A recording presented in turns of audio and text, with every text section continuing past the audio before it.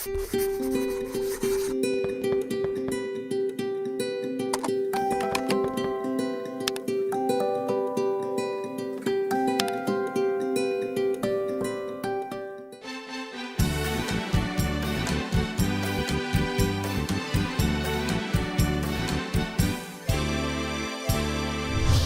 dalam episod kali ini, kita akan mengkaji dan mengupas fakta-fakta yang berkaitan pembentukan Malaysia.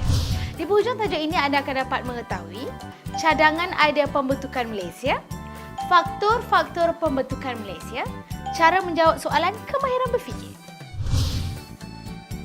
Perjanjian Persekutuan Tanah Melayu 1957 telah membawa kemerdekaan kepada Persekutuan Tanah Melayu. Singapura diletakkan di luar Persekutuan Tanah Melayu. Sarawak dan Sabah kekal sebagai tanah jajahan mahkota. Sementara Kesultanan Brunei terus dilindungi oleh British. Kerajaan ini kekal sehingga timbul ura-ura pembentukan Malaysia.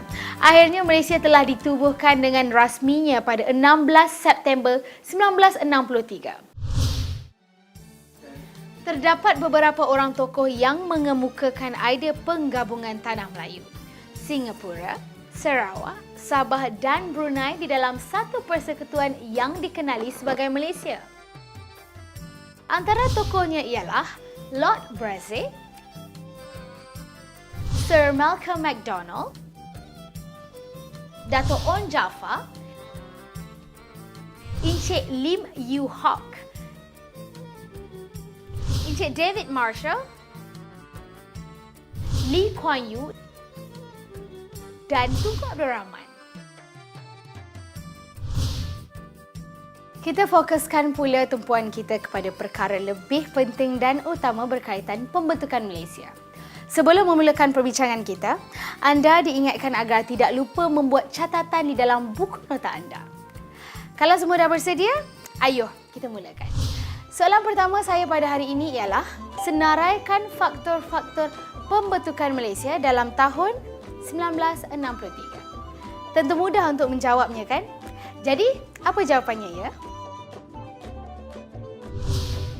Yang pertama ialah faktor politik yang meliputi aspek keselamatan, kemerdekaan dan dekolonisasi. Kedua, faktor ekonomi yang berkaitan kerjasama antara negara ahli. Dan yang ketiga ialah faktor sosial yang menyentuh aspek kependudukan. Soalan saya yang seterusnya, bagaimana faktor politik menjadi faktor utama pembentukan Malaysia? Faktor politik yang menjadi faktor utama pembentukan Malaysia ialah perkembangan politik yang berlaku di Singapura. Ini ada kaitan dengan aspek keselamatan Singapura. Barisan Sosialis memenangi salah satu kerusi pilihan raya di Singapura pada bulan April 1961. Kawasan tersebut dikenali sebagai Hong Lim. Ini menunjukkan kebangkitan pengaruh Barisan Sosialis. Lee Kuan Yew, Ketua Menteri Singapura, menganggap Barisan Sosialis sebagai gerakan berhaluan kiri. Ini menjadikan parti pimpinan Lee Kuan Yew iaitu Parti Tindakan Rakyat sebagai PAP atau PETIR petir akan menjadi lemah. Ancaman komunis juga menjadikan faktor Lee Kuan Yew mendesak British menggabungkan Singapura dengan Persekutuan Tanah Melayu. Tanah Melayu mempunyai pengalaman dalam membantras pengaruh Parti Komunis Melaya atau PKM. Tahukah anda semua, ancaman komunis juga wujud di Sarawak yang diperjuangkan oleh Clandestine Communist Organisation. Pertubuhan ini bermatlamat menjadikan Sarawak sebagai sebuah negara komunis. Jadi kemasukan Singapura, Sarawak dan Sabah ke dalam Malaysia dapat menjadikan benteng yang kukuh bagi menghadapi ancaman komunis. Bagaimana pula soal kemerdekaan turut menjadi faktor dari aspek politik? Boleh anda fikirkan? Sebenarnya penubuhan Malaysia akan mempercepatkan kemerdekaan Sarawak, Sabah dan Brunei yang masih belum berkerajaan sendiri. Penyertaan mereka ke dalam Malaysia akan menjamin kemerdekaan negeri-negeri ini.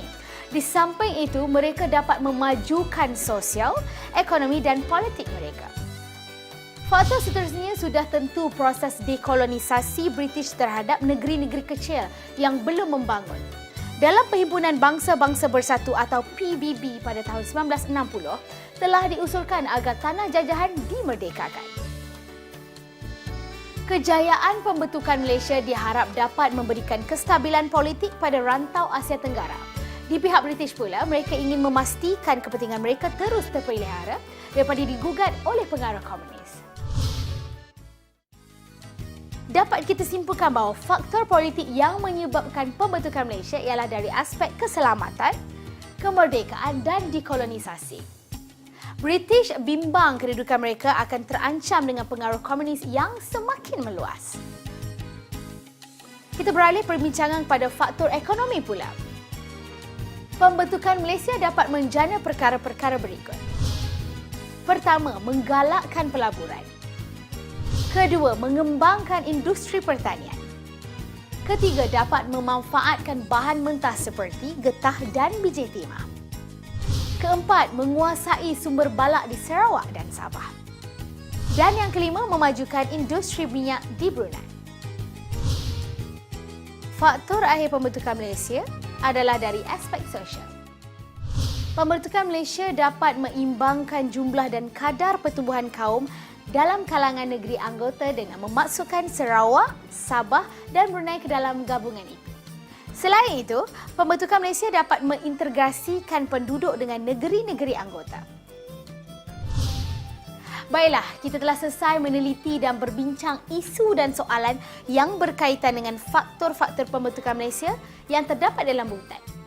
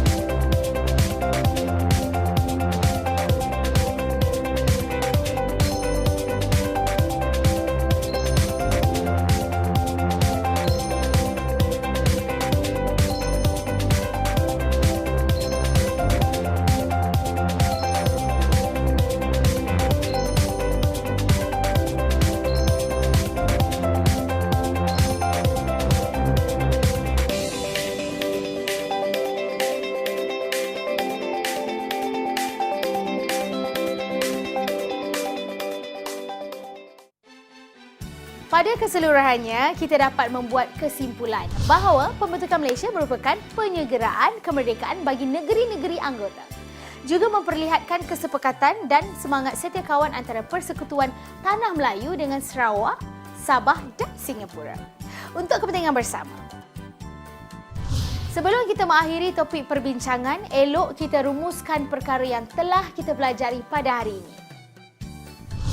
Melalui sesi pembelajaran tadi, kita dapat mengetahui cadangan idea pembentukan Malaysia, faktor-faktor pembentukan Malaysia.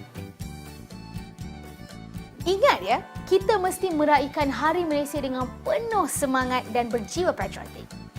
Hingga jumpa lagi di episod seterusnya. Selamat sejahtera.